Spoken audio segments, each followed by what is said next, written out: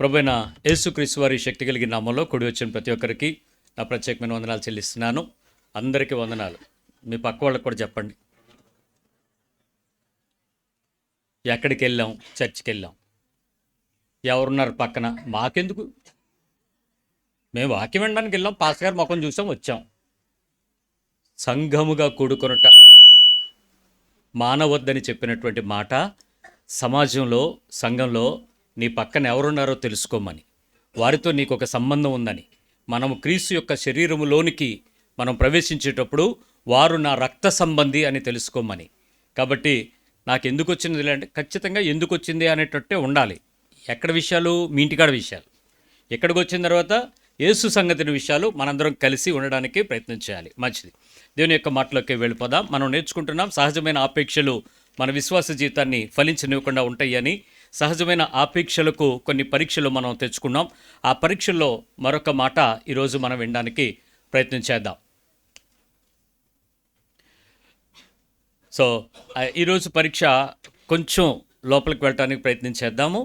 Already humanity గ్రూప్లో నేను దీనికి సంబంధించినటువంటి ఈరోజు ఉపదేశానికి సంబంధించినటువంటి విషయాన్ని గ్రూప్లో పోస్ట్ చేశాను. కాసేపు దాని జోలికి వెళ్ళొద్దు, నేను మాట్లాడేటప్పుడు వాటిని వింటూ వాటిని ప్రయత్నం చేద్దాం. మరి ఈ 11వ విషయంలో మనం పరీక్షించుకునేటప్పుడు యేసుక్రీస్తు వారు చెప్పినటువంటి బైబిల్లోని ఉపదేశాలలో ఉపమానాలు లేకుండా ఆయన ఏమీ బోధించలేదు. ఒకసారి చూద్దాం. ఆ ఉపమానము ఆయన మాట్లాడిన ప్రతి విషయంలో 78వ కీర్తన 2వ లేఖనాన్ని చూసినప్పుడు యేసుక్రీస్తు గారి గురించి ముందుగా ప్రవచించిన వచనము ఇలా ఉంది. నేను నోరు తెరచి ఉపమానము చెప్పెదను. పూర్వకాలపు గూఢవాక్యములను నేను తెలియచెప్పెదను. పూర్వకాలంలో ఉన్నటువంటి గూఢవాక్యాలను కూడా ఆయన ఏం చేస్తాడట? తెలియచెప్పెదను. మాకు తెలిసిన సంగతులను చాలు. నోరు తెరిచి ఉపమానము చెప్పెదను, గూఢ సంగతులను మాట్లాడతాను. ఈ ఉపమానము చెప్పేటువంటి మాటలు యేసుక్రీస్తు వారు ఉపదేశించినటువంటి ఒక ప్రత్యక్ష బోధ. ఈయన బోధ చేస్తున్నటువంటి పద్ధతుల్లో ఈ క్రమం చాలా నూతన ఒరవడిని సృష్టించింది. అప్పటి వరకు శాస్త్రులు, పరిసయ్యులు, సద్దూకయ్యులు, ప్రవక్తలు, మరి మతనిష్ట ప్రవీణులు, ఆయా ప్రదేశాలలో దేవుని కొరకు మేము చాలా గొప్పవారమని చెప్పుకునేటువంటి బోధకులు కొంతమంది ఉండేవారు. వారు బోధిస్తున్నటువంటి పద్ధతులకు భిన్నంగా యేసుక్రీస్తు వారు వాడినటువంటి ఈ ఉపమాన పద్ధతి ప్రజలను బాగా ఆకర్షించింది. ప్రభువు దగ్గరకు, అంటే దేవుని దగ్గరకు తీసుకురావటానికి వారిని సిద్ధపరిచింది. ఆ మాటలు ఆయన ఉపదేశిస్తున్నప్పుడు అవి కొన్ని వాస్తవ పరిస్థితులని, కొన్ని లేదు వాస్తవం కాని కొన్ని పరిస్థితులని చాలామంది మాట్లాడతారు. వాస్తవమైన కాకపోయినా ప్రజలు ఆలోచించే ఆలోచన విధానానికి దగ్గరగాను, ప్రజలను ఆలోచింపచేసే విధానంగాను ఉండినటువంటి ఈ సత్యాలు నేటి కాలానికి కూడా మనకి సవాలుగా నిలబడుతూ ఉంటాయి. ఆయన చెప్పేటువంటి మాటల మధ్యలో ఒక సందర్భం జరిగింది. 13వ అధ్యాయం, మత్తయి సువార్తకి రండి. 13వ అధ్యాయము, మాథ్యూ 13, Gospel 13:35, 13:35. యేసు ఈ సంగతులన్నిటినీ జనసమూహములకు ఉపమాన రీతిగా బోధించెను. ఉపమానము లేక వారికేమీయూ బోధింపలేదు. ఉపమానం లేకుండా ఆయన ఏ మాట కూడా బోధించలేదు. ఆయన చెప్తున్నటువంటి మాటలు ఖచ్చితంగా దేవుని గురించి, అంటే యేసుక్రీస్తు గురించి ఏ విషయాలైతే బైబిల్లో రాయబడి ఉన్నాయో వాటిని సంగ్రహంగా పరిశీలించుకొని వాటిని తన లైఫ్కి అప్లై చేస్తూ ప్రజల మధ్యలో వాటిని బోధించటం యేసుప్రభు వారు ఎంచుకున్నటువంటి చక్కటి మార్గం. ఈరోజు నా పరీక్ష ఏంటంటే ఆ ఉపమానాల గురించినటువంటి విషయాలలో మనం పరీక్షించుకునే విధానం ఏంటో నేర్చుకోవడానికి ప్రయత్నిద్దాం. ఒకసారి 21వ అధ్యాయం 45వ వచనం చూద్దాం. మత్తయి సువార్త 21:45. ప్రధాన యాజకులను పరిసయ్యులను ఆయన చెప్పిన ఉపమానములను విని జాగ్రత్తగా రండి. ఆయన చెప్పిన ఉపమానాలను విని తమ్మును గూర్చియే చెప్పెనని గ్రహించి, అంటే ఉపమానం వాళ్ళకి తగిలిందా లేదా? ఏమనుకున్నారంట? ఆ టైంలోనే జరిగింది ఇది. ఏమని? ఆయన మాట్లాడుతున్న ఉపమానం ఎవరి గురించో కాదు, మన గురించే మాట్లాడుతున్నాడు రా బాబోయ్ అని వారు మాట్లాడుకున్నారంట. సో వారి గురించే చెప్పానని గ్రహించి, అంటే విని కాదు, గ్రహింపుకి వినడానికి కొంచెం తేడా ఉంది. వినడం అనేది బాహ్య చెవులు, గ్రహింపు అనేది మనసులో కూడినటువంటి చర్య, అంతరంగంలోకి వెళ్ళిన తర్వాత జరిగినటువంటి పరిచర్య. వాళ్ళు గ్రహించారు ఈయన ఖచ్చితంగా మనల్ని టార్గెట్ చేశాడు అని. మీకు కూడా చాలాసార్లు మెసేజ్లో నన్ను టార్గెట్ చేస్తున్నట్టున్నాడు, నా గురించే మాట్లాడుతున్నట్టున్నాడు అనేటువంటి పరిస్థితి మీకు వస్తుంది. అది డైరెక్ట్గా మాట్లాడితే. కానీ నేను ఉపమానంగా మాట్లాడుతుంటేనే వాళ్ళ గురించి అనేటువంటి భయం వాళ్ళకి కలిగిందని చెప్తున్నాడు. మార్కు సువార్త 4వ అధ్యాయం 2వ వచనం ఒకసారి చూడండి. Mark gospel chapter 4 verse 2, 4:2. ఆయన ఉపమాన రీతిగా చాలా సంగతులు వారికి బోధించుచు తన బోధలో వారితో ఇట్లనెను. ఎన్ని చెప్పాడు? చాలా సంగతులు. బైబిల్లో రాయబడినటువంటి సంఘటనలు, మనం మాట్లాడుకుంటున్న వాడుకలో ఉండేటువంటి సంఘటనల కన్నా ఆయన చాలా సంగతులు మాట్లాడాడు. ఉపమాన రీతిగా మాట్లాడుతూనే ఉన్నాడు. ఆయన బైబిల్ చెప్పేటువంటి విషయాల్లో మీరు చూస్తే ఉపమాన రీతిగా చాలా మాటలు మాట్లాడుతూ 10వ వచనం దగ్గరికి రండి. ఆయన ఒంటరిగా ఉన్నప్పుడు 12 మంది శిష్యులతో కూడా ఆయన చుట్టూ ఉండిన వారు ఆ ఉపమానమును గూర్చి ఆయనను అడిగిరి. సో మళ్ళీ వచ్చి ఏం చేశారు? అడిగారు. వాళ్ళకి కొన్ని అర్థమయ్యాయి. కొంతమందికి గ్రహింపు వచ్చింది, కొంతమందికి అర్థం కాలే. అర్థం కాకపోతే శిష్యులు వచ్చి ఆయన దగ్గర కూర్చొని ఏమడిగారు? అయ్యా, నువ్వు చెప్పిన విషయాలు భలే ఉన్నాయి, మాకు వినటానికి బాగా అర్థమైపోయినట్టు ఉన్నాయి, కానీ మాకు అర్థం కాలేదు, మాకు కొంచెం చెప్పవా, వాటి గురించి కొంచెం ఉపమాన భావం ఏంటి అని అడిగారంట. అడిగి తెలుసుకున్నప్పుడు 13వ వచనంలో ఆయన ఒక పదం ఆడినాడు. మరియు ఈ ఉపమానము మీకు తెలియలేదా? అసలు ఆయన ఎంత మాట్లాడేశాడండి? ఈ ఉపమానం మీకు తెలియలేదా? ఏంటి తెలియలేదా? అలాగైతే ఉపమానములన్నీ మీకెలాగో తెలియను అనెను. ఆయన అనేశాడు, ఈ ఉపమానం నీకు అర్థం కాకపోతే, ఈ విషయం నీకు తెలియకపోతే, నీకు నేను చెప్పిన విషయాలు నీకు ఇంకెప్పటికి అర్థం అవుతాయి? ఏమర్థం అవుతాయి? ఏమనుకుంటున్నావు అసలు నువ్వు అని కఠినంగా యేసుప్రభు వారు బోధించారు, హెచ్చరించేశాడు. ఏమయ్య, ఇంకా ఎంత అర్థం అవుదా నీకు? ఎంత చెప్తున్నా నీకు ఇంకా బుర్రకెక్కదా? ఏంటి ఎన్నాళ్ళు, ఎన్ని విషయాలు చెప్తున్నాను మీకు, ఇన్ని సంగతులు మీకు అర్థం కాకపోతే ఎట్లా అని ఆయన కఠినంగానే మాట్లాడినట్టు మనం ఆ విషయాన్ని చూస్తున్నాం. 33వ వచనంకి రండి. 4వ అధ్యాయం మార్కు సువార్త 33వ వచనం. వారికి వినుటకు శక్తి కలిగిన కొలది ఇలాంటి అనేకమైన ఉపమానములను చెప్పి ఆయన వారికి వాక్యము బోధించెను. వాక్యము బోధించడానికి ఏం వాడాడట? ఉపమానం వాడాడు. ఉపమానం వాడుతూ ఉపదేశాన్ని ఇచ్చినటువంటి బోధకుడు క్రీస్తు. ఈయన వాడినటువంటి ఈ పదము, ఈ పద్ధతి పాత నిబంధనలో కూడా కొన్ని ఉపమానాలు ఉన్నాయి. వాటిని కూడా వాడి ప్రవక్తలు చెప్పాల్సిన సంగతులు కొన్ని చెప్పారు. కానీ ఈయన వరవడిలాగా ఒక సంగతి గురించి ఒక ఉపమానం కాకుండా ఒక సంగతి చెప్పాల్సి వచ్చినప్పుడు చాలా ఉపమానాలు వాడడం యేసుప్రభు వారి దగ్గరే చూస్తాం. చాలా ఉపమానాలు. అయితే ఆ ఉపమానం ఆయన ప్రారంభించిన తర్వాత వాళ్ళకి అర్థమవుతుందా లేదా అనే విషయం గ్రహిస్తూ, వాళ్ళకి అర్థం కావట్లేని ఫేస్లు అక్కడ ఉండగానే మళ్ళీ అర్థం అవడానికి కావాల్సినటువంటి ఉపదేశాన్ని ప్రారంభించేవాడు. మళ్ళీ ఒక కొత్త ఉపదేశాన్ని చెప్తూ ఆ ఉపమానాన్ని మాట్లాడుతూ చెప్పాల్సినటువంటి ఆ కాన్సన్ట్రేట్ చేయాల్సినటువంటి విషయాన్ని మారకుండా విషయంపై అవగాహన వాళ్ళకి పెంచేంత వరకు చాలా ఉపదేశాలను ఆ ఉపమాన రీతిగా మాట్లాడుతూ ఆయన వచ్చాడు. 34 ఉపమానము లేక వారికి బోధింపలేదు, కానీ ఒంటరిగా ఉన్నప్పుడు తన శిష్యులకు అన్నిటినీ విశదపరిచెను. ఒంటరిగా ఉన్నప్పుడు యేసుప్రభు దగ్గరికి ఉపమానం ఇచ్చిన ఆయనే కాబట్టి, అయ్యా దీని సంగతి ఏంటి కొంచెం చెప్పండి అని అంటే ఆయన మళ్ళీ వాళ్ళకి వివరించుకుంటూ వచ్చాడంట. ఇంతటి పరిచర్య చేసినటువంటి యేసుప్రభు వారు చాలా ఓవరాల్గా చెప్పినటువంటి ఉపమానాలు ఎన్నో మీరు ఎప్పుడైనా స్టడీ చేస్తే సుమారుగా 46 విషయాలు ఉన్నాయి. మీరు బైబిల్లో నోట్ చేసుకోండి. ఎన్ని ఉన్నాయి ఉపమానాలు? 46 ఉపమానాలు ఉన్నాయి. ఈ 46 ఉపమానాలలో ఒక 4 ఉపమానాలు 2 సార్లు వాడతాడు, 2 సార్లు చెప్తాడు. సేమ్ ఉపమానం ఒకటే, అంటే పోలిక ఒకటే, కానీ ఉపదేశం 2 సార్లు నొక్కి చెప్పినవి 4 సంఘటనలు. మిగిలిన ఓవరాల్గా అయితే 46 ఉపమానాలను చెప్పుకుంటూ మత్తయి సువార్త, మార్కు సువార్త, లూకా సువార్తలలో మాత్రమే ఉపమానాలు ఉన్నాయి. యోహాను సువార్తలో ఒక్క ఉపమానం కూడా లేదు. యేసుక్రీస్తు వారిని దగ్గరగా చూసినటువంటి యోహాను అయినటువంటి ప్రియశిష్యుడు ఆయన సువార్త రాసినప్పుడు ఆ యేసుక్రీస్తు గురించినటువంటి సంగతులు, యేసుతో జీవన విధానము, యేసు కొరకు బ్రతికే సంకల్పపు లక్షణాలను, క్రియలను రాసుకుంటూ ఎక్కడ కూడా ఉపమానాలను వాడి ఎక్కడ కూడా ఆయన చెప్పలా. కానీ ఈ మిగిలిన మొదటి మార్కు, మత్తయి, లూకా సువార్తలు మాత్రం చాలా ఉపమానాలు చాలా వివరంగా వాటిని మాట్లాడుతున్నట్లు మనం బైబిల్లో చూస్తాం. ఈ ఉపమానాలన్నిటినీ ఒకసారి ఆలోచించుకుని ఈరోజు నా ప్రశ్నకు మీరు సమాధానం చెప్పండి. ఉపమానం అంటే ఏంటంటే 2 వస్తువులు కానీ 2 భావనలు కానీ సారూప్యతకు ఆధారంగా ఉపయోగించే పోలిక. ఏదైనా ఎనీ 2 మెటీరియల్ ఆర్ 2 ఒపీనియన్స్ రెండు భావనలను తీసుకుని దీనికి మధ్యలో భావ సారూప్యతను చూపించి దీనిని బట్టి దీని గురించి కానీ మనం ఏమనుకుంటున్నామని ఒక అభిప్రాయానికి అభిప్రాయానికి రావడానికి ఉపయోగించేటువంటి పద్ధతి ఈ ఉపమానం. ఈ ఉపమానాలు ఉపయోగించేటప్పుడు వాస్తవంగా ఇది తర్కశాస్త్రానికి అలంకారప్రాయమైనటువంటి ప్రమాణమే. తర్కంలో ఉపమానం కంపల్సరీ. ఉపమానం వాడి తర్కంలో గెలవచ్చు, దానికి ఆ శాస్త్రం ఒప్పుకుంటుంది. ఇలాంటి పద్ధతుల్లో బైబిల్లో చాలా శక్తి కలిగినటువంటి విషయాలు చాలా వాడాడు. ఈరోజు నా ఆలోచన, నా ప్రశ్న స్పష్టంగా వినండి. బైబిల్లో ఏ ఉపమానము నీ జీవితానికి సరిగ్గా ఎగ్జాంపుల్గా సరిపోద్ది? That's what my question.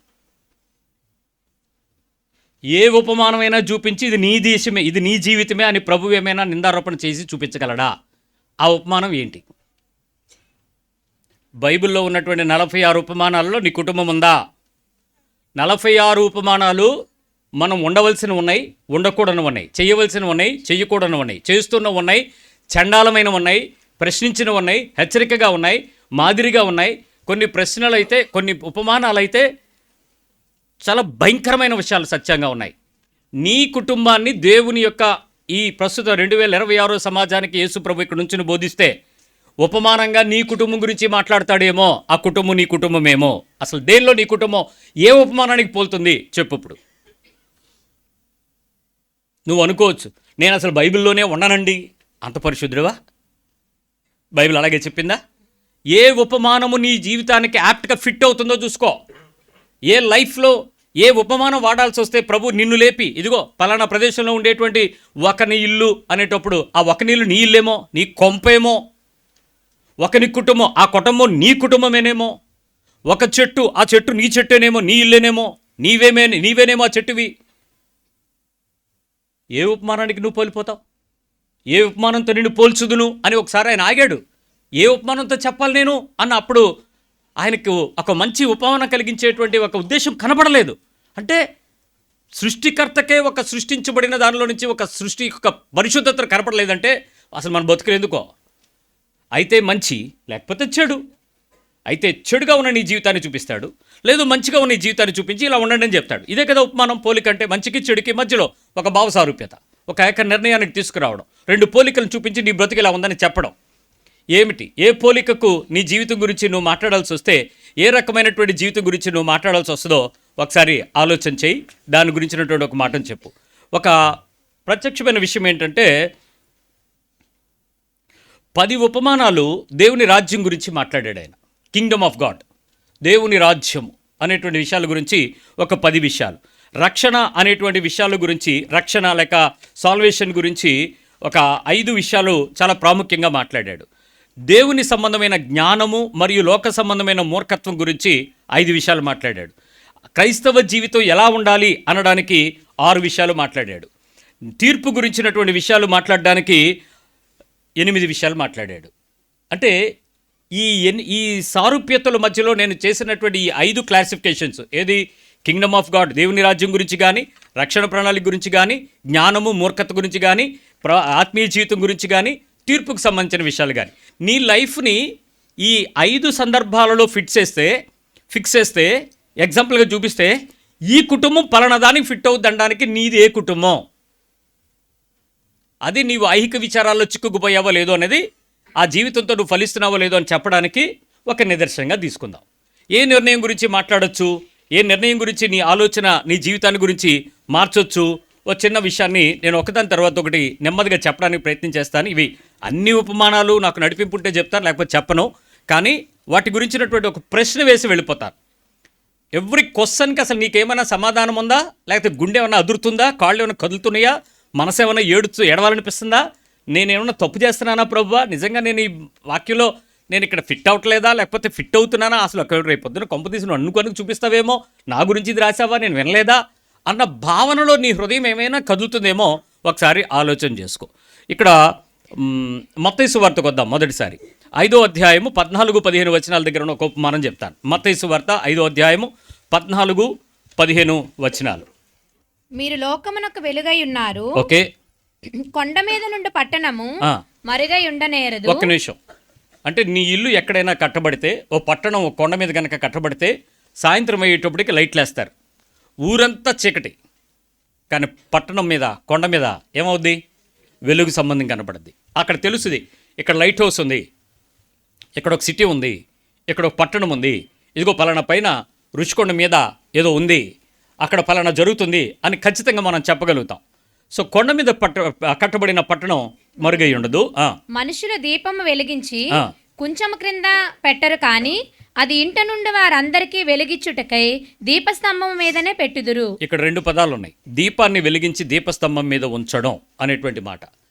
ఇప్పుడు నీ దీపం వెలిగించబడింది, క్రీస్తు కొరకు రక్షించబడ్డావు, తండ్రి కుమారు పరిశుద్ధాత్మ నామంలో నువ్వు బాప్తిజం తీసుకున్నావు. ఒకళ్ళు తీసుకోకపోతే ఆలస్యం చేయకుండా త్వరగా రక్షణ పొందు. బాప్తిజం తీసుకుని ప్రభు మాటకు లోబడుతున్నానడానికి నువ్వు చూపించే విధేయత అది చూపించేశావు. నీ రక్షణ దీపస్తంభం మీద ఉందా, కొంచెం కింద ఉందా? కొంచెము వ్యాపారానికి సూచన, కొంచెము లాభ నష్టాలకు సూచన, కొంచెము బిజినెస్ బిజీకి సూచన, కొంచెము ఆయా పరిస్థితుల్లో నేను సంపాదించాలి, ఇప్పుడు కాకపోతే విలువ రాదు, ఈ టైంలో నేను ఈ పని చెయ్యాలి అనడానికి వేగిరపరచటం కొంచెం బిజినెస్. ఇప్పుడు నీ నీ వెలుగు కొంచెం మీద ఉందా, అదే కొంచెం కింద ఉందా, లేక దీపస్తంభం మీద ఉందా? ఎక్కడుంది నీ వెలుగు? ఇక్కడ జాబ్స్ చేసేటువంటి వాళ్ళు, బిజినెస్ ప్రొఫైల్స్ చాలా సీరియస్ బిజీగా ఉంటారు. 6 రోజులు కంపెనీకి పనిచేస్తారు, 7వ రోజు కూడా ఎక్కువ సమయం కంపెనీతోనే గడుపుతారు. ఎందుకంటే మండే నుంచి వాళ్ళు చేసుకునే టార్గెట్స్ అన్నీ సాటర్డే నైట్కి కాస్త రిలాక్స్ అయ్యి మళ్ళీ వాటన్నిటిని రెడీ చేసుకుంటారు. ఇప్పుడు నేను వాళ్ళని అడుగుతాను, నీ వెలుగు ఆ ప్రదేశంలో వెలుగు స్తంభం మీద ఉందా? అదే నీ దీపం వెలుగు స్తంభం మీద ఉందా, ఆ దీపస్తంభం మీద ఉందా, లేకపోతే ఆ బిజినెస్ కొరకు ప్రయాణాల్లో ఉందా? బిజీ అనే వాళ్ళందరూ ఎక్కడున్నట్టు? ఎక్కడున్నారు? నువ్వు వెళ్ళు, నేను ఆన్లైన్లో చూస్తాను, కొంచెం కింద ఉంది. రేపు ఈ నెలలో ఒకసారి వచ్చాను కదా కమ్యూన్కి, మళ్ళీ ఇప్పుడు రావాలా, కొంచెం కింద ఉంది. నాకు ట్రావెల్ ఉంది, కొంచెం కింద ఉంది. సండే, అవును ఎలాగయ్యా సండే చర్చ్ ఏంటండి అన్నాడు, కొంచెం కింద ఉంది. సండే చర్చ్ ఏంటి, కొంచెం కింద ఉంది. ఇప్పుడు ఆ ఉపమానానికి నువ్వు ఫిట్ అవుతావు. మీ ఇంట్లో ఎవరైనా ఉన్నారా?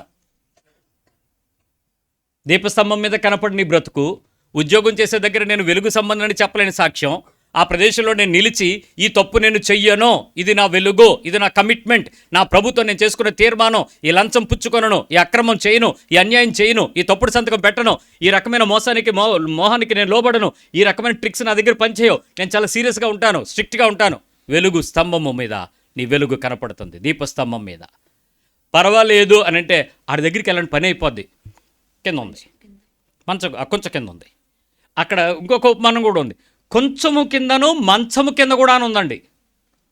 మంచం ఏంటో తెలుసా? నిద్ర, సోమరిపోత్తనం, బద్ధకం, వాయిదా వేయడం, ట్రాన్స్ఫర్ చేయడం, పోస్ట్పోన్ చేయడం, పర్వాలేదని నెగ్లెక్ట్ చేయడం, ఇంకొంచెం నిద్ర, అప్పుడే ఎందుకులే కొంచెం ముడుచుకుందాం, అదే అసలే ఉదయకాలం లేవాలంటే ఈ శీతాకాలం చాలా బాధగా ఉంటుంది కాబట్టి ఇంకొంచెం స్లీప్.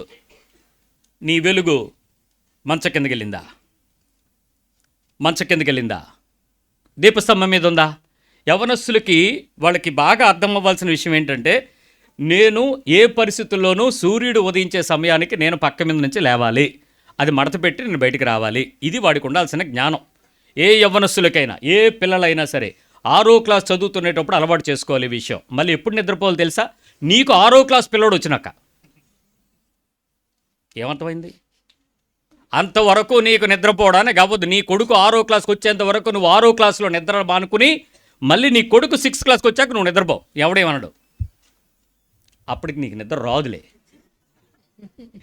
సో ఈ పరిస్థితి నీవు అర్థం చేసుకునేటప్పుడు ఆ మంచము మీద ఎట్టి పరిస్థితుల్లోనూ నువ్వు పొరలడానికి, తిరగడానికి కుదరదు. నీ వెలుగు నీ ఇంటి వారికి వెలుగుగా మారాలి. నీ వెలుగు నీ ఇంటి చుట్టుపక్కల వెలుగుగా మారాలి. నీ వెలుగు అనేకులకు సాక్ష్యంగా మారాలి. నీ వెలుగు ఎవరిని చూసినా కూడా ఈయనలాగా ఉండాలండి అనిపించేలా ఉండాలి, ఈ కుటుంబంలా ఉండాలి అనిపించే మాదిరి ఉండాలి, ఈ కుటుంబంలో ఉండేవారిలాగా ఉండాలి. నేను చెప్తున్న మాటలు మీకు ఏమనిపిస్తుంటుంది అంటే, నిజంగా మనం అలాగ ఉంటే బాగును అనిపిస్తుంది, కానీ ఉన్నావా అన్న ప్రశ్న రానివట్లా. లేమని మీకు తెలుసు, లేరని మీకు తెలుసు. ఒకసారి నేను మా పాలు వేసే అతనితో ఏదో మాట్లాడుతూ, ఏంటి సార్ మీరు 9:30 వరకు బయటకు ఉంటారని అంటే, బాబు మా బాధలు నీకేంటి తెలుసు అన్నాడు. ఏమైందండి అన్నాను. నీకేం బాధలు ఉంటాయి, పొద్దున్న ప్యాకెటేసి వెళ్ళిపోతావు, పేపర్ ఇచ్చి వెళ్ళిపోతావు, నీకేం బాధ ఉంటుంది అంటే, ఆ తలుపు కొడితే ఊరుకోడండి, 9:30కి పాల ప్యాకెట్ ఇవ్వాలండి అన్నాడు. ఏం చేస్తారంటే వాళ్ళు ఏం చేస్తారో తెలియదు కానీ 9:30 తర్వాతే తలుపు తీస్తారండి. వాళ్ళు ఏం చేస్తున్నారు? వీళ్ళు దీపం ఎక్కడ పెట్టుకున్నారు? వాళ్ళు మంచం కింద పెట్టుకున్నారు. ఇక్కడ ఎవరు ఉన్నారా మంచాల కింద బాగా దీపం పెట్టి దూపం వేసుకునేవాళ్ళు? బద్ధకస్తులు. నేను రెగ్యులర్గా మీ దీపం సోమవారం నుంచి బాగానే వెలుగుద్ది, శనివారం వరకు. ఆదివారమే కనపడదు. ఆదివారం ఖచ్చితంగా ఏంటంటే వాళ్ళు చెప్పేది ఒకే ఒక సాకు, సండే ఈజ్ ఎ హాలిడే. 6 రోజులు తిప్పలు పడ్డాం, 7వ రోజు తిప్పలేటరా బాబు. వాకింగ్కి వెళ్ళేవాడిని అడగండి ఏమంటాడు? ఇవాళ ఆదివారం కొంచెం లేటుగా వస్తానని చెప్తాడు. నిజం చెప్పనా, ఒక ఒలింపిక్స్కి ప్రాక్టీస్ చేసేవాడు, ఒక గేమ్ కొరకు అథ్లెట్గా ఉంటే వాడు వర్షం పడిన రోజు నువ్వు వెళ్ళాడుగు, ఆడు బూట్లు వేసుకుని జాకెట్ వేసుకుని బయటికి వెళ్ళిపోతాడు. ఏంట్రా వర్షం పడుతుందంటే, నువ్వు పడుకో నేను వెళ్ళి వస్తానంటాడు. ఎందుకు? వాడికి ఒక గురి ఉంది, వాడికి ఒక గమ్యం ఉంది. ఆ పనిని రీచ్ అవ్వడానికి వాడే రోజు నిద్రపోడు, మంచం కిందకి వాడి దీపాన్ని వెళ్ళనివ్వడు, కొంచెం కింద వాడి దీపాన్ని పెట్టడానికి ప్రయత్నం చేయడు. ఈరోజు నీ జీవితంలో చాలామందికి దేవుని దగ్గరకు వచ్చి కూడా కొంచాలేక పట్టుకొచ్చేస్తున్నారు. పట్టుకొచ్చేసి 5 సబ్బులు కొంటే 6 సబ్బు ఫ్రీ అవుదినా. సబ్బుల వ్యాపారం, పప్పుల వ్యాపారం, స్టీల్ డొక్కుల వ్యాపారం, చీరల వ్యాపారం, కొంచాలే. అరే దేవుని మందిరంలోకి వచ్చావు, నా సాక్ష్యం ఎలా ఉండాలి, నా బ్రతుకు ఎలా ఉండాలి, నా పద్ధతి ఎలా ఉండాలి, నా వాక్యపు తీరు, నేను దాని ప్రకారం జీవించే స్థాయి ఏంటి? ఏది ఆసక్తి సంఘానికి లేదు. వారికి ఉన్న ఆసక్తల్లా ఒకటే, ఏ రకమైన వ్యాపారం ఎక్కడ జరుగుద్ది, ఎంతమందితో చేయగలుగుతాం, ఎంత తొందరగా రీచ్ అవుతాం, మన టార్గెట్ ఏంటి? ఏమి నీ టార్గెట్? ప్రభువుని రీచ్ అవ్వడమా? నీకు లోకంలో ఉండేటువంటి అధికారుల దగ్గర గమ్యాన్ని రీచ్ అయ్యి బోనస్లు ఇన్సెంటివ్లు తెచ్చుకోవటమా? ఈ వచనం నిన్ను గట్టిగా హెచ్చరిక చేస్తుంది. నీ బ్రతుకులో నువ్వు నీ దీపం ఎక్కడ పెట్టావు, అసలు వెలుగుతుందో లేదో ముందే చూడండి. వెలుగుతుందని అంటే అది మంచం కింద ఉందేమో చూడండి. అది ఆదివారం పెట్టావా లేదా సోమవారం పెడుతున్నావో చూసుకోండి. లేదు ఒకరోజు ఒక బాబు అన్నాడు, అరే ఇన్ని రోజులు మనం పనిచేస్తాం, ఈ ఒక్కరోజు సెలవు పెట్టేసి ఫుల్గా నిద్రపోదామని. మంచిది. ఆ ఒక్కరోజే నీ దీపం మంచం కిందకి వెళ్ళడం కూడా ప్రమాదమే. ఎందుకో తెలుసా? లేమి అంటే కరువు, లేక నీ జీవితానికి వచ్చేటువంటి దరిద్రం. ఆయుధదారుడు ఆయుధము ధరించి నీ దగ్గరికి వచ్చినట్టు వచ్చేస్తుందంట ఆ రోజు. అన్ని రోజులు హాయిగా పనిచేసి శరీరాన్ని ఆరోగ్యంగా ఉంచి ఆ ఒక్కరోజు నిద్రలో ఉండగా దరిద్రం నీ మీదకి వచ్చి దాడి చేస్తే నువ్వు చచ్చిపోతావు దరిద్రానికి.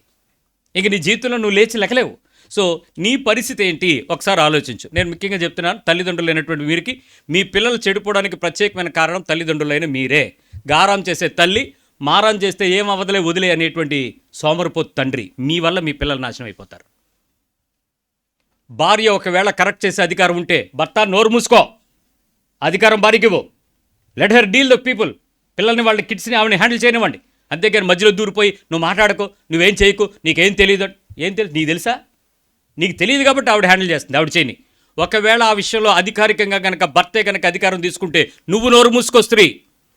భారీగా నువ్వు పెత్తనం చేయకు, నువ్వు మాట్లాడుకో, మధ్యలో దూరకు, గారం చేయకు, దాచేయకు, పర్వాలేదు అనకు, నేను చూసుకుంటాను లేని వెనకేసుకురాకు. నువ్వు వెనకేసుకొచ్చావా పిల్లడు నాశనం అయిపోతాడు, పిల్లలు నాశనం అయిపోతారు. ఏ విషయంలో వెనకేయద్దు.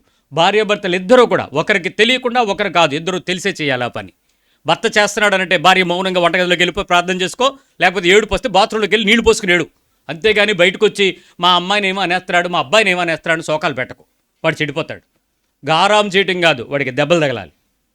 కాబట్టి తల్లిదండ్రులైన ఇద్దరూ కూడా మీ పిల్లల్ని మీరు ఎలా పాడు చేస్తారో బాగు చేస్తారో, ఆ దీప స్తంభం నెక్స్ట్ జనరేషన్కి వెలుగిస్తుందా పాడైపోద్దో మీ చేతుల్లోనే ఉంటుంది, తెలుసుకోండి. ఇది మొదటి ఉపమానం.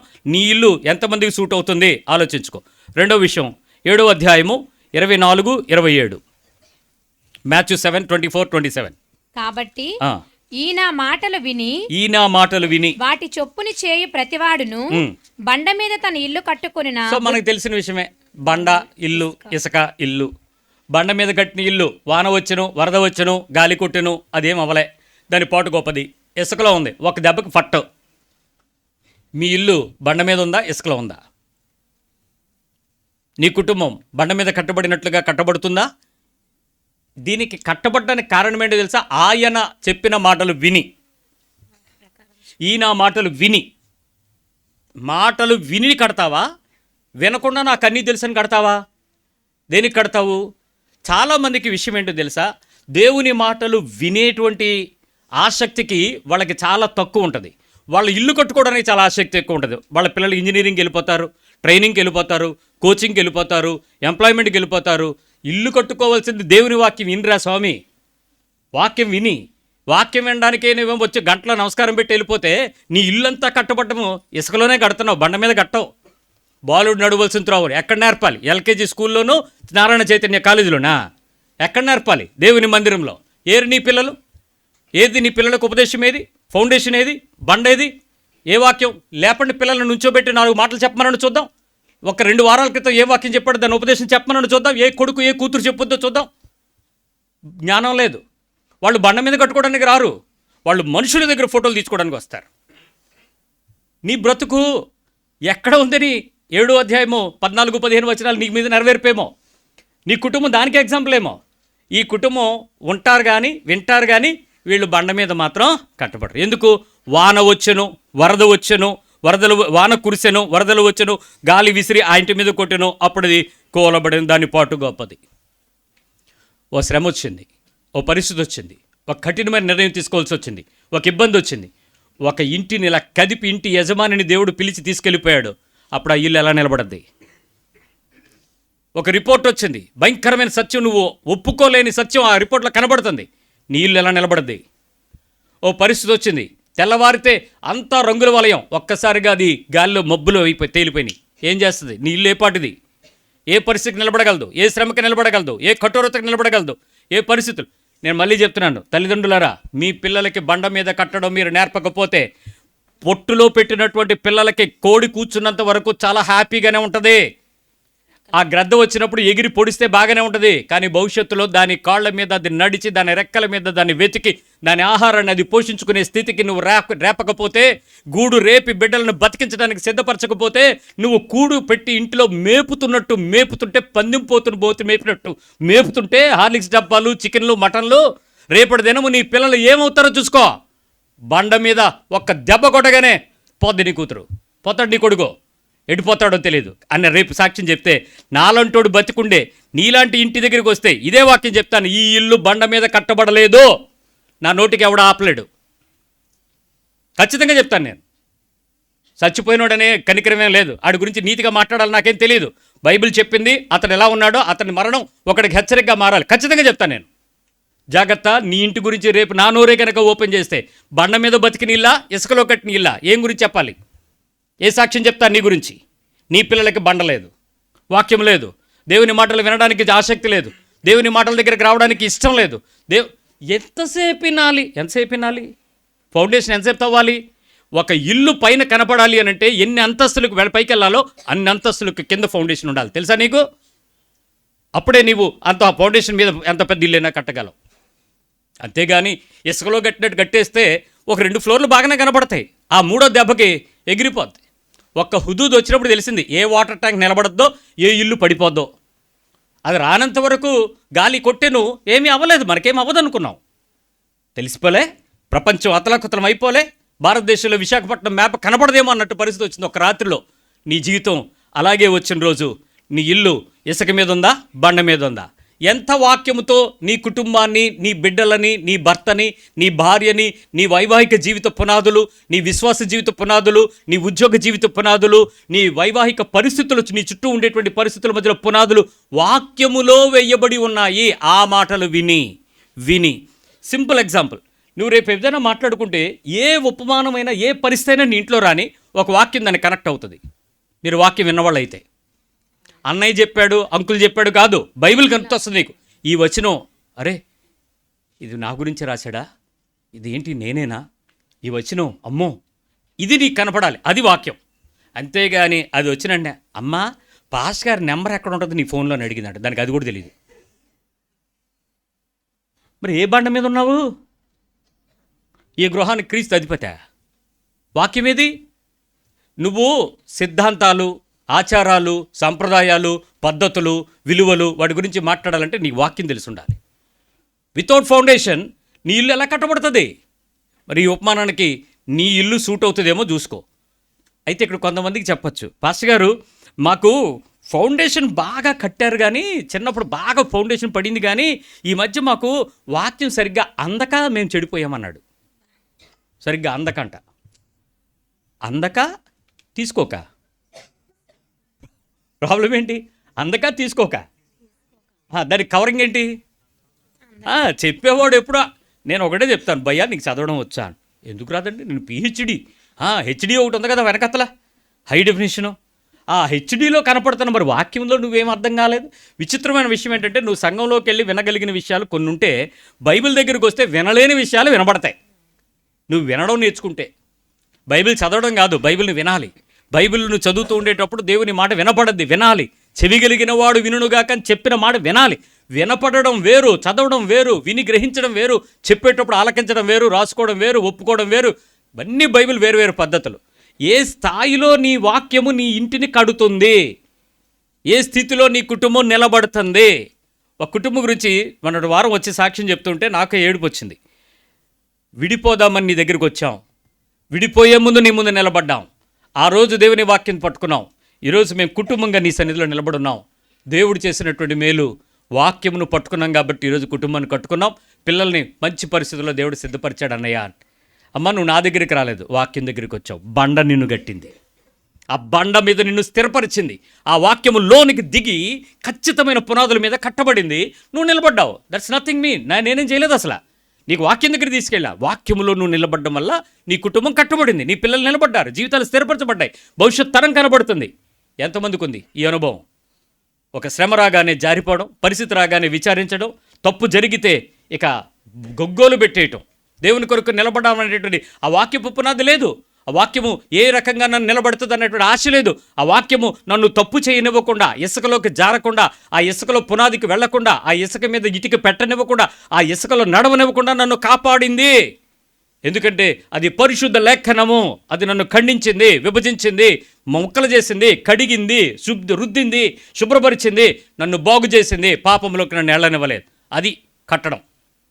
ఏది ఎంతమంది జీవితాలు చెప్పొచ్చు. బట్ నీ జీవితం ఆ రకమైనటువంటి ఉపదేశానికి, ఉపమానానికి మారిపోతావేమో ఒక్కసారి చూసుకో. మూడో విషయంకి వస్తున్నాను. 9వ అధ్యాయం 16వ వచనం.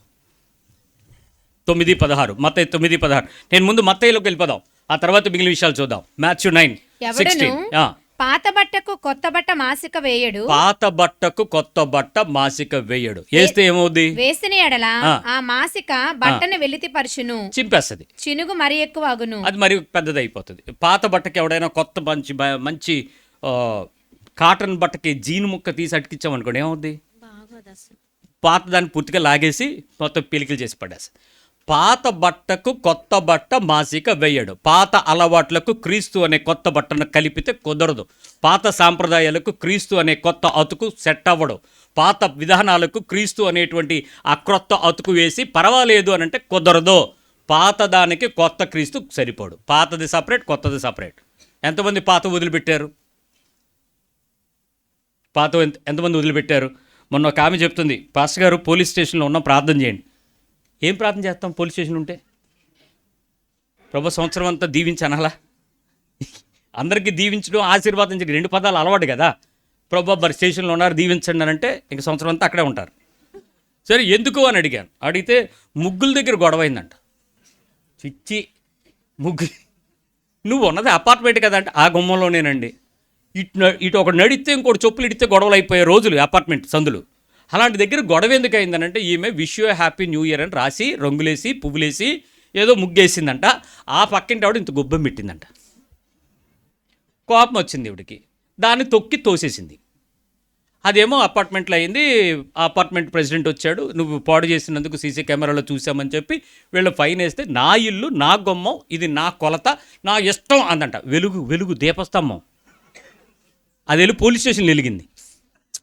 వెలుగు అద్రు వెలిగింది, గొడవ అయ్యింది. ఆ ఎస్ఐలు, సిఐలు, ఎంక్వైరీలు ఇవన్నీ వచ్చాయి. వీళ్ళేమో తక్కువ వాళ్ళ పొజిషన్లు బాగా సౌండు మాట్లాడితే, ఒక సిఐ, ఒక డిఎస్పీ, ఏఎస్పీ ఫోన్లు వచ్చేస్తున్నాయంట పోలీస్ స్టేషన్కి. మనం అంటే ఏంటనుకుంటున్నా అంటదట ఈవిడే. వెలుగు వాళ్ళు మొత్తానికి పంచాయతీని చాలాసేపు కూర్చోబెట్టి, సమస్యకు చాలా పరిష్కారాలకి పోలీస్ స్టేషన్లో పరిష్కారం ఏంటో తెలుసా? రేపు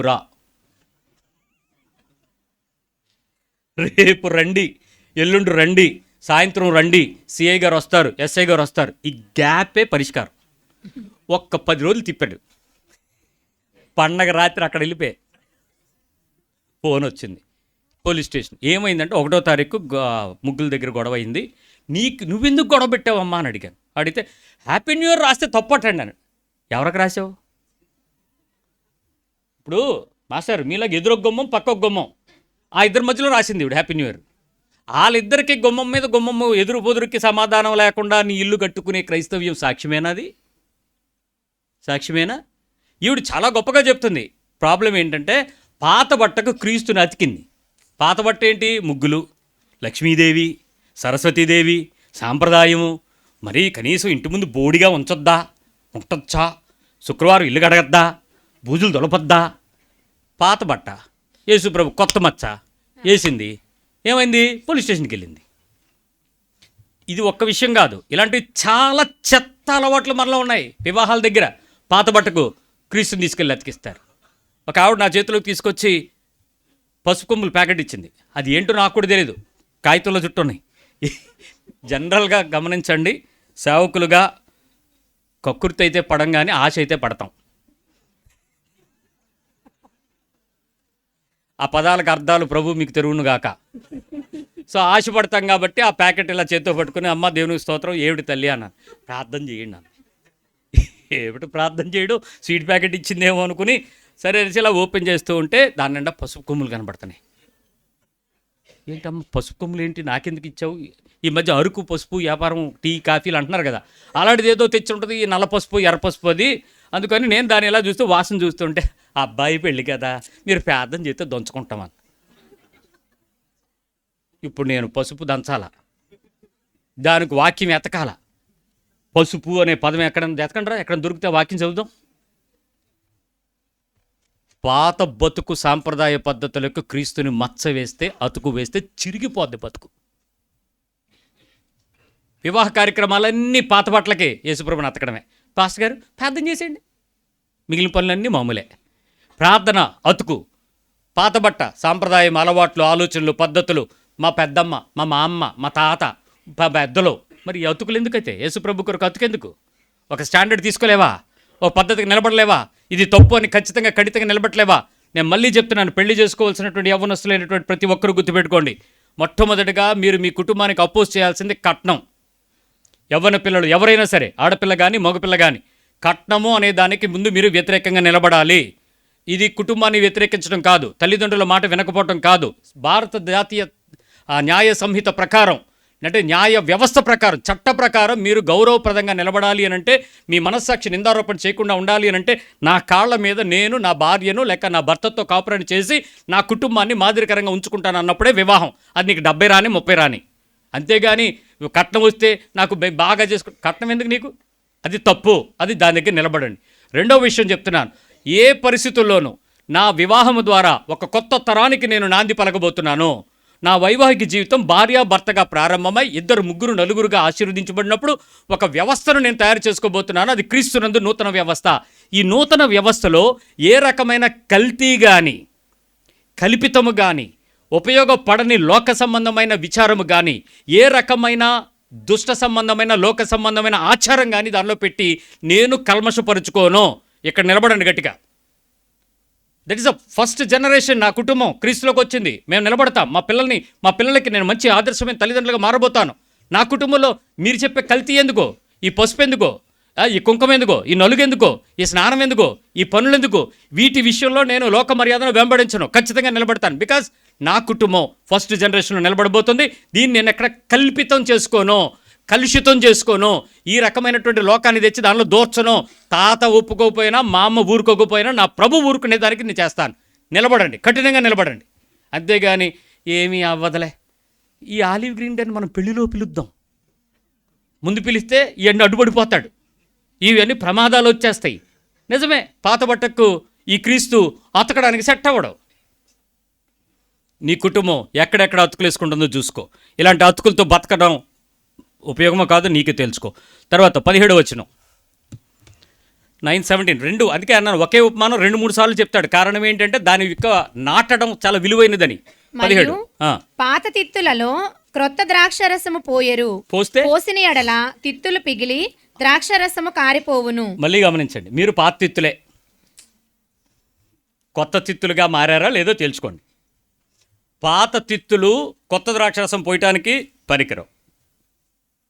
పాత తిత్తుల్లో ఉండే పాత ద్రాక్షరసం ఏం చేస్తుందో తెలుసా? తిత్తుతో పాటు ఉబ్బుతూ ఉంటుంది, చాలా బాగా ఉబ్బుతూ ఉంటుంది. అది చూసి ఏ రోజు పగిలిపోద్దో మనం ఇబ్బంది పడిపోతామని దాన్ని ఓపెన్ చేసి ద్రాక్షరసం కన్జ్యూమ్ చేసేస్తాం. మళ్ళీ ఇప్పుడు ఏమన్నా పొయ్యాలనుకోండి, కొత్త ద్రాక్షరసం వచ్చేటప్పుడు కొత్త లెదర్ బ్యాగ్ తయారు చేసుకోవాలి, కొత్త తిత్తుని తీసుకోవాలి. ఇప్పుడు నేను క్రీస్తు నందు క్రొత్త తిత్తుగా మారినప్పుడు నాలోకి రావాల్సింది క్రొత్త ద్రాక్షరసమే, పాతది కాదు, సాంప్రదాయం కాదు, లోక మర్యాద కాదు, లోకానుసారమైన విషయాలు కాదు, అందరూ చెప్తున్నది కాదు, అందరూ చేస్తున్నది కాదు, అందరూ చేస్తున్న శాస్త్రం కాదు, అందరూ అనుకుంటున్న విధానాలు కాదు. మా పద్ధతులు ఇంతే, పద్ధతులు కుదరదు, ఆ ప్రదేశంలో ఇలా జరుగుద్ది, మాకు అనవసరం. నేను కొత్త తిత్తుని, కొత్తగా క్రీస్తు యొక్క ఆత్మ చెప్తున్న సంగతులకే వినబడతాయి, దానిలో నేను నిలబడతాను, దాంతో నేను నింపబడతాను, దాని కొరకే రోషం కలిగి ఉంటాను. పాత తిత్తుల్లోనికి కొత్త దాన్ని తీసుకొచ్చి దీన్ని కలిపి ఊపుదామంటే రెండు పోతాయి, తిత్తు పోద్ది, ద్రాక్షరసము పోద్ది. ఆ పని చేయొద్దు. యేసుక్రీస్తుతో నువ్వు బతకాలనుకున్నావా? ఖచ్చితంగా యేసుక్రీస్తు బతుకు. లోకంతో పాటు కలిసి బతుకుతామంట?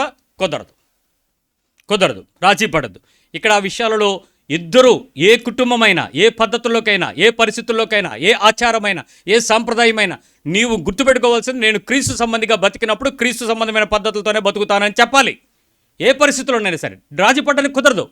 అందుకే యేసు ప్రభు చెప్తునేటప్పుడే పెద్ద యుద్ధాలు అయిపోయినాయి, గొడవలు అయిపోయినాయి, ఊరుకోలే, మనుషులు తిరగబడిపోయారు. ఏంట్రా నువ్వు ఇలా చెప్తావు, మాట్లాడితే మమ్మల్ని అందరిని ఎడదీసేస్తావా, తల్లిని పిల్లని అని తిరగబడ్డారు.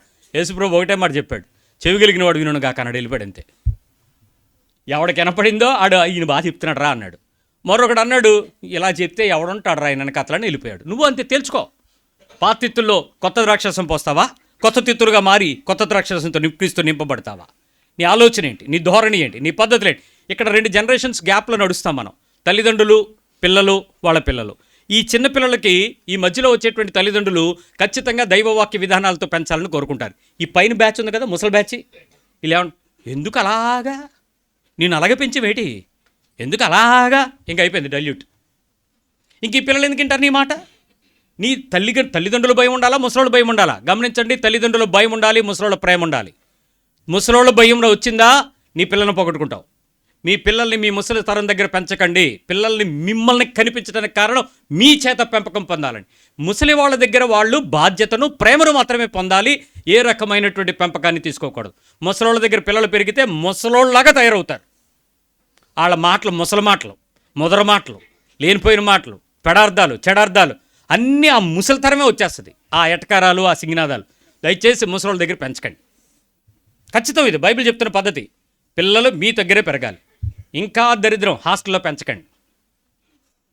మీ కోపాలు వస్తే రానివ్వండి. హాస్టల్లో పెంచితే నీ పిల్లోడికి టీపాయ్ అంటే ఏంటో తెలీదు, సింక్ అంటే ఏంటో అర్థం కాదు. ఎందుకు? ఆడితో పని ఉండదు. ఆడికి ఎంతసేపు లేచామా, హాస్టల్లోకి వెళ్ళామా, ఆ ప్లేట్లో ఏం పెట్టారో మింగామా, మళ్ళీ వచ్చి పడుకున్నామా, అంతే. ఆడి బెడ్ మడత కూడా ఆడి పెట్టడం. ఇంకడికి ఏ పని తెలుసు, దీంట్లో ఏ బాధ్యత వస్తుంది వాడికి? మీరేమో పిల్లలకి మార్కులు, నేను ఇందాకే చెప్పాను, వాడిని ఏ రకంగా పెంచాలనుకుని దేవుడు అనుకుంటున్నాడు, నువ్వెలా పెంచుదాం అనుకుంటున్నావు? వాడి దైవ భయంలో పెరగాలనుకుంటున్నావా? ఇంట్లో పెంచు, నువ్వు పెరుగు, నువ్వుండు వాక్యంలో, నువ్వు నిలబడు, నువ్వు సిద్ధపరచు. ఉద్యోగాలు, బాధ్యతలు మీరు ఒకటే చెప్తారు, మీకోసమేరా తల్లిదండ్రులు, పిల్లల కోసమేరా మేము ఇదంతా ఇంత కష్టపడుతున్నామంటే ఎవరి కోసం? మీకోసమే. ఆడు రేపు అడుగుతాడు, నువ్వు లేకుండా నీ కోసం అంటే వెడ్ డాడీ అని. మీరుంటేనే కదా మా కోసం, మీరు మాతో ఉంచితేనే కదా మేము మీకోసం. మమ్మల్ని తీసుకెళ్ళి ఎక్కడో పడేసి మీకోసమే పెంచుతున్నవారు అంటే హాస్టల్ ఫీజు కట్టడానికి ఏటీఎం మిషన్లో తయారైతే ఉపయోగం ఏంటి? నీ కుటుంబం దేవునిలో పెరగాలని, దేవుని చిత్తంలో పెరగాలని, దేవుని నీతిలో పెరగాలని, దేవుని సంఘంలో పెరగాలని, దైవ దీవెనల మధ్య పెరగాలని, ఇది కాదు దేవుడు కోరుకున్నది. నేను మళ్ళీ చెప్పనా, మీ పిల్లల్ని మీరు ఎంత హాస్టల్లో పెట్టినా, ఎంత పెద్ద కాలేజీల్లో పెట్టినా, ఎంత స్టాన్ఫోర్డ్ యూనివర్సిటీలో మీరు దాచినా, దేవునిలో లేకపోతే మీ పిల్లల బతుకంత దరిద్రమైన బతుకు ఇంకో బతుకుండదు. నీ ఇంటి పక్కన పెట్టుకో, నీ ఇంట్లో పెట్టుకో, బైబిల్ ప్రకారం బతుకు, క్రైస్తవ సంఘంలో పెంచు, దేవుని నీతిలో వాక్యంతో కట్టబడు. నీ పిల్లల్ని గల్లీలో ఉద్యోగం చేసినా ఆత్మీయ విలువలు కలిగినటువంటి జీవితాలు జీవిస్తారు, అనేకులకు మాదిరిగా తయారవుతారు. ఇది దేవుని వాక్యం. దేవుని మాటతో ఏ రోజు ఎవడో చెడిపోయిన వాడు లేడు, నమ్మి అడుక్కున్నవాడు లేడని బైబిల్ ఖచ్చితంగా చెప్తుంది. తర్వాత ఉపమానంకి వచ్చాయి. నీ ఉపమానం ఈ కొత్త తిత్తులు, పాత తిత్తులు, ఎక్కడ తిత్తులో ఉన్నావో చూసుకో, జాగ్రత్త. ఇప్పటికీ ఏమైనా పిల్లోడికి రాత్రి నిద్ర పట్టట్లేదని దిష్టి తీస్తున్నావు అంటే అర్థం ఏంటి? దిష్టి తీస్తున్నావు అంటే ఏ తిత్తు? యేసు ప్రభులు. మళ్ళీ పాస్టర్కు ప్రార్థన కొట్టేస్తావు, బైబిల్ తీసుకెళ్ళి తల కింద పెట్టేస్తావు, కొబ్బరి నూనె సిలువ పెట్టేస్తావు, అంతా చేసేసి తూ తీసుకెళ్ళి నిప్పుల్లో వేస్తావు. నేనేమనాలి తెలుసుకో. తర్వాత విషయంకి వస్తున్నాను. మత్తయి సువార్త 13వ అధ్యాయము 3 నుంచి. ఆయన వారిని చూచి ఆ. చాలా సంగతులను ఉపమాన రీతిగా చెప్పెను. ఎట్లనగా, ఇదిగో విత్తువాడు విత్తుటకు బయలువెళ్ళెను.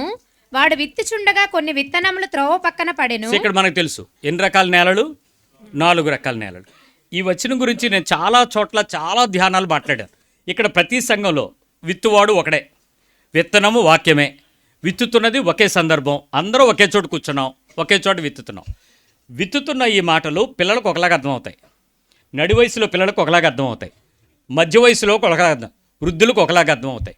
ఏది చల్లగా ఉంటుందని వచ్చి కూర్చున్నోడికి ఇంకోలాగా అర్థమవుతాయి. అది ఏసీ చల్లగా ఉంటుంది బాగుంటుంది అనుకున్నోడికి ఒకలాగా అర్థమవుతాయి.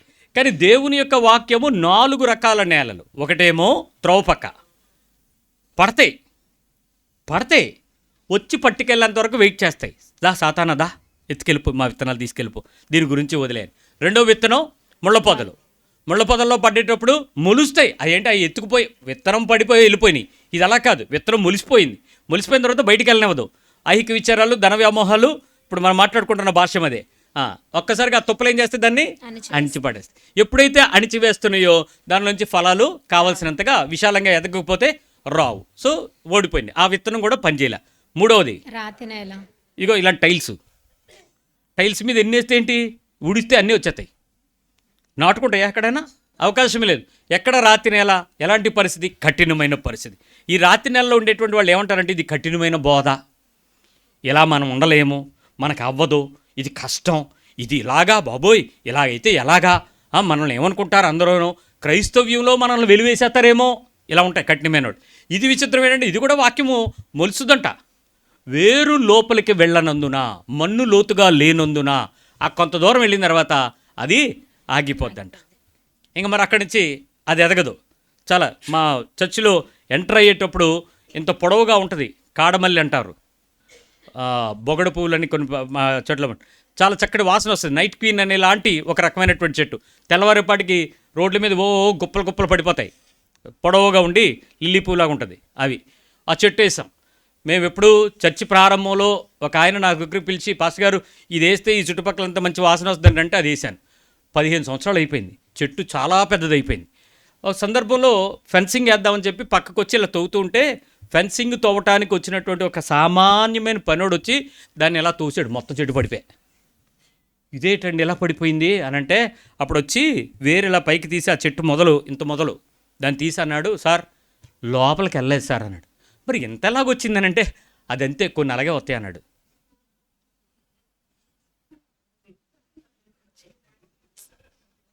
కొన్ని ఇలాగే ఉంటాయి, వేరుండదు. ఒక్క తోపు తోస్తే పడిపోద్ది, ఒక్క జర్క్ ప్రభు వెళ్ళిపోద్ది. రాతి నేల వింటాం. ఈ రాతి నేల విచిత్రం ఏంటి తెలుసా? చర్చి మానరు, కుర్చీ ఇంకోడికి ఎవరు, ప్లేస్ ఇంకోటికి ఎవరు, ఎవరిని రానివ్వరు, వీళ్ళు ఎవరిని పోగొట్టుకోరు. అందరికీ వందనాలు నమస్కారాలు పెడతానే ఉంటారు. బట్ లైఫ్ ఉండదు, వాళ్ళు చూసి ఫాలో అవడానికి ఏముండదు. వాళ్ళని జాగ్రత్తగా దూరం ఉంచుకోవాలంతే, లేకపోతే మనకు ప్రమాదం. అలాంటి వాళ్ళతో మీకు స్నేహం మంచిదే, కానీ అలాంటి వాళ్ళతో మీ కుటుంబాలకే ప్రమాదం. రాతి నేల ఎందుకో తెలుసా? వాళ్ళు లోపలికి చేరనివ్వరు, నీ వేరేమని వెళ్తుంటే వచ్చి చెప్తారు, ఎందుకు అలాగా మరి అలాగెందుకు మరి అలాగా.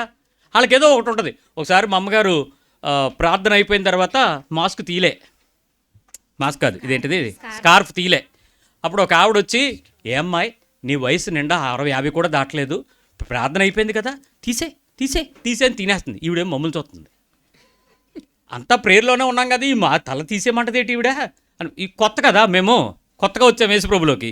ఆవిడ చాలా ముదురు క్రైస్తురాలు, రాతి నేల అనమాట. అది ప్రార్థనలో మాత్రమే తల మీద ముసుకేస్తుంది, ఆ తర్వాత మొత్తం ముసుగు తీసేద్ది. తీసే అంటుంటే అటు ఇటు చూసి ఆవిడేమో కప్పనివ్వట్లేదే, లాగేస్తుంది.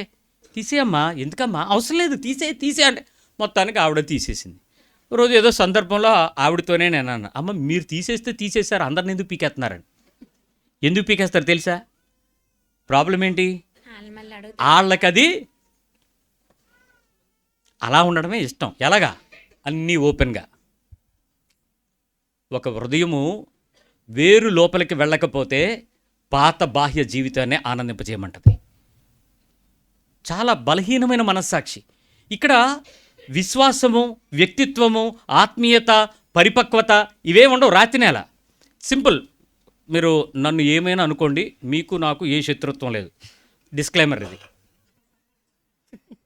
ఈ వాక్యం చెప్తున్న ఆలివ్ గ్రీన్ అనే నాకు, ఈ ప్రదేశంలో కూర్చున్న మీకు ఏ రకమైన శత్రుత్వం లేదు. మీరు తలలో పువ్వు ఎవరికి కనపడాలని పెట్టుకోవాలి? మీకా నాకా? ఏమయ్యా, ఆడోళ్ళు ఎక్కడ పెట్టుకోవాలి? నెహ్రూ గారు ఎక్కడ ఎందుకు పెట్టుకున్నాడు? ఆయనకి కనపడాలని, వాసన రావాలని, ఎదురోడు చూడాలని. నువ్వు ఇక్కడ ఎందుకు పెట్టా? వెనకోడు చూడాలని కదూ, ఎవరినో ఆకర్షించాలని కదూ. దానికి పుణ్యస్త్రీ పువ్వు అని పేర్లు పెట్టేస్తే సరిపోద్దా? దానికి నువ్వేదో భాషను చెప్పేసి సరిపోద్దా? ఈ ఈ ఈ బ్యాచ్, చిన్నపిల్లల బ్యాచ్ పెట్టిందంటే ఏదో అర్థం ఉంది. మరి నీ వయసుకి ఏంటి దాని అందం? ఏంటి దాని ఆత్మీయత? ఏంటి దాని అర్థమా అపార్థమా? ఆకర్షణ, మోసమా? రాతి నేల అంటే ఇలాంటివే. లాస్ట్ నేల మంచి దున్నబడిన నేల. మంచి దున్నబడిన నేల శుభ్రంగా దున్ని రాయి, చెత్త, ప్లాస్టిక్, వేరుముక్క అన్నీ లేపేసి తీసేస్తే దానిలో గనక చక్కగా వెళ్ళి ఒక విత్తనం పెడితే ఆ విత్తనం నువ్వు చూసేలోపు అది లేచిపోద్ది. తన ప్రియులు నిద్రించుచుండగా యెహోవా కార్యాలు చేసేవాడై ఉన్నాడు. మంచి దున్నబడిన నీ హృదయంలో సరి అయిన వాక్యం పడితే ఇంకా వెనక్కి తిరగకుండా వాక్యం కోసం జీవించి, వాక్యం కోసం బతికి, వాక్యం కోసం ఇతరులకు మాదిరికరంగా జీవించి, ఏ పరిస్థితి వచ్చినా నేను దేవుని వాక్యమే, నాకు ఇతరులతో సంబంధం లేదు, ఎవడేమనుకుంటే సంబంధం లేదు, నేను దీని ప్రకారం ఫలిస్తానంతే. ఆ స్థాయిలో నిలబడి అనేక పక్షులు నీ మీదకు ఆశ్రయంగా మారి, అనేకులు నీ కింద వచ్చి నీడ కింద చేరి, అనేకులు నీ ఫలాలు తిని, అనేకులు నీ నీ చెట్టు యొక్క వేర్లు, కాండము, ఆకులు వైద్యానికి ఉపయోగపడేలాగా మారడం ఆత్మీయ బ్రతుకు. చెప్పు, ఇప్పుడు నీ బ్రతుకు ఏ బ్రతుకు? ఏ నేల? ఏ స్థాయిలో ఉంది? ఏ పరిస్థితిలో నువ్వు ఫలిస్తున్నావు? కొంతమందిని చూసి నేర్చుకోవడానికి ఏమీ ఉండదు. వాళ్ళు చర్చిని మానరు, పాస్టర్ని వదలరు. వాళ్ళ ప్రొఫైల్స్ అన్నీ మళ్ళీ క్రైస్తవ వాక్యాలే, పాటలన్నీ అవే. బతుకు మాత్రం అసలు క్రీస్తుకు సంబంధించిన ఏ రకమైన షాడో వాక్యము పనిచేసే పద్ధతి ఉండనివ్వరు.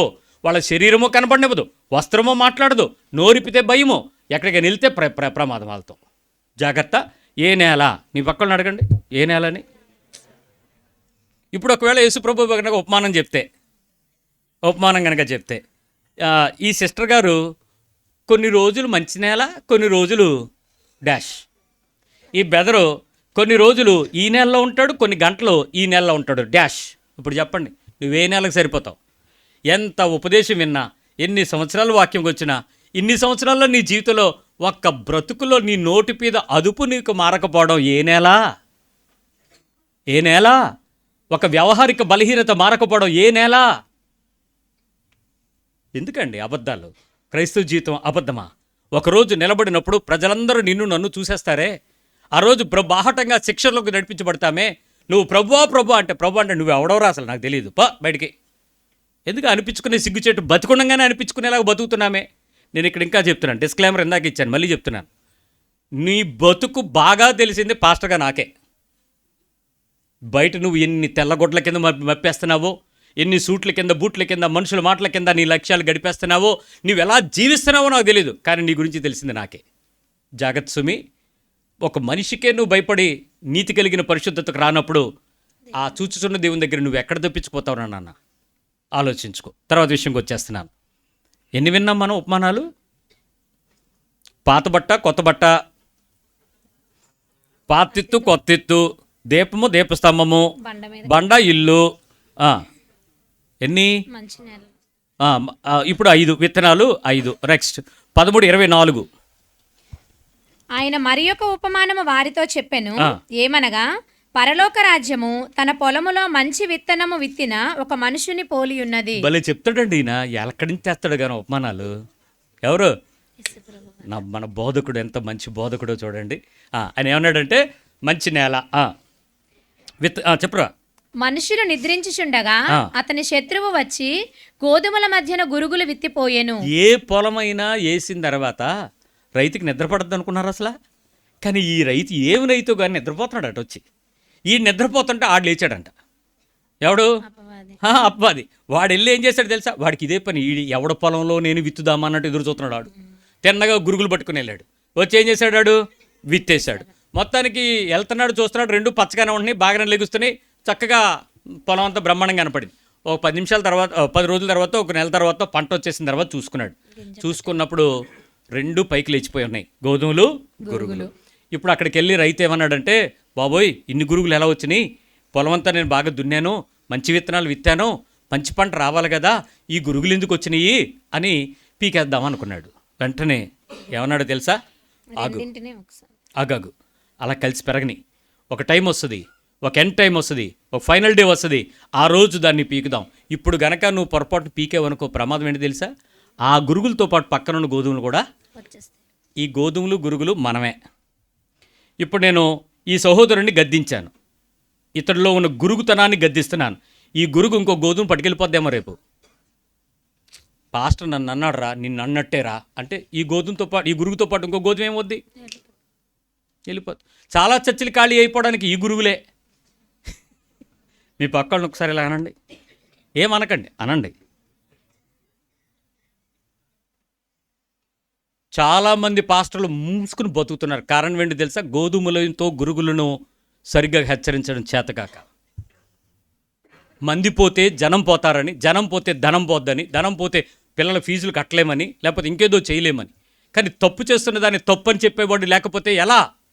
చాలా గోధుమలు గురుగులతో పాటు బతుకుతున్నాయి. ఇక్కడ ఒక అబ్బాయికి చెప్పాను నేను, రై ఆడి చూపు సరిగా లేదా, ఆడి వార్నింగ్ ఇవ్వండి అని అంటే, మీరు ఇవ్వండి అన్నాడు.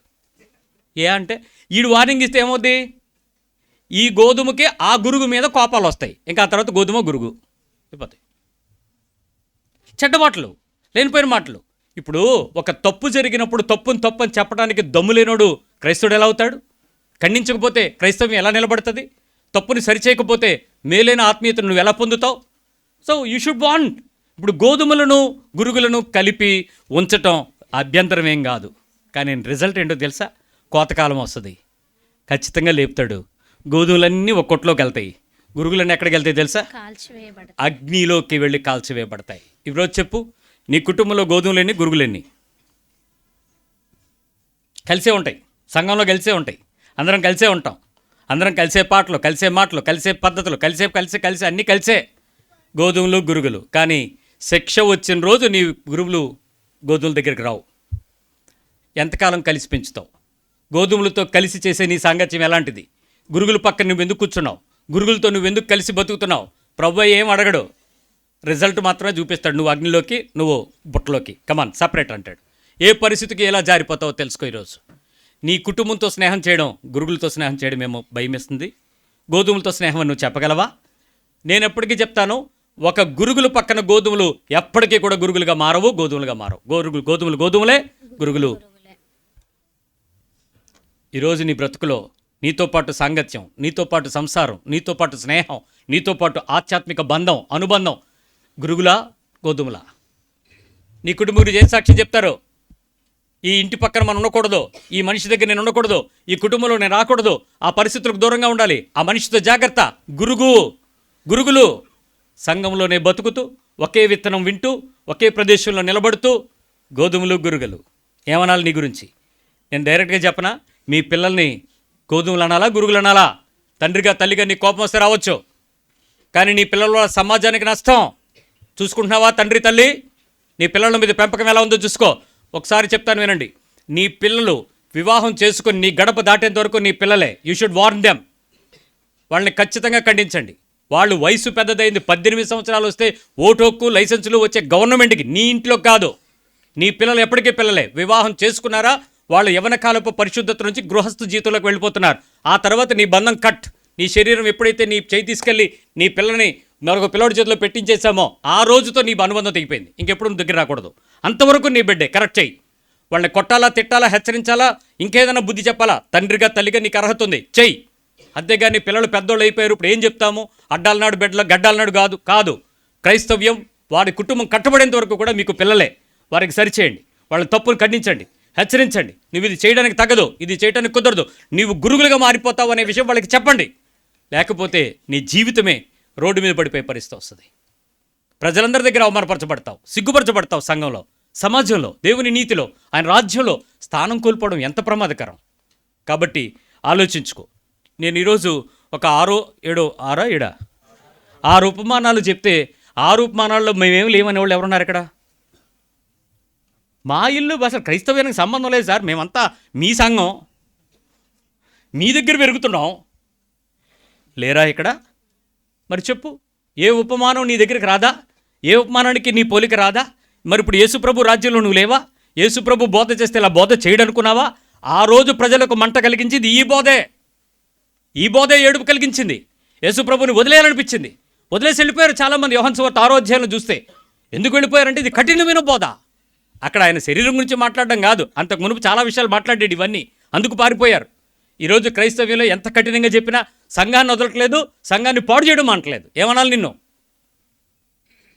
ప్రశ్నించుకో. ఈరోజు నీ క్రైస్తవ్యపు ఉపమానం ఇతరులకు ఆదర్శంగా రానప్పుడు, బైబిల్ నీ మీద నిందారోపణ చెయ్యనప్పుడే నీ భక్తి పరలోకంలో నిలబడద్ది. అదర్వైజ్ భూమి మీద నాశనానికి నువ్వు తెగబడుతున్నావు, పరుగులు పెడుతున్నావు. ఏ ఆలోచన అయినా, ఏ అలవాటైనా, ఏ భక్తి అయినా, ఏ విశ్వాసమైనా పరీక్షించుకో. ఈరోజు ప్రభు బలకు సమీపిద్దాం.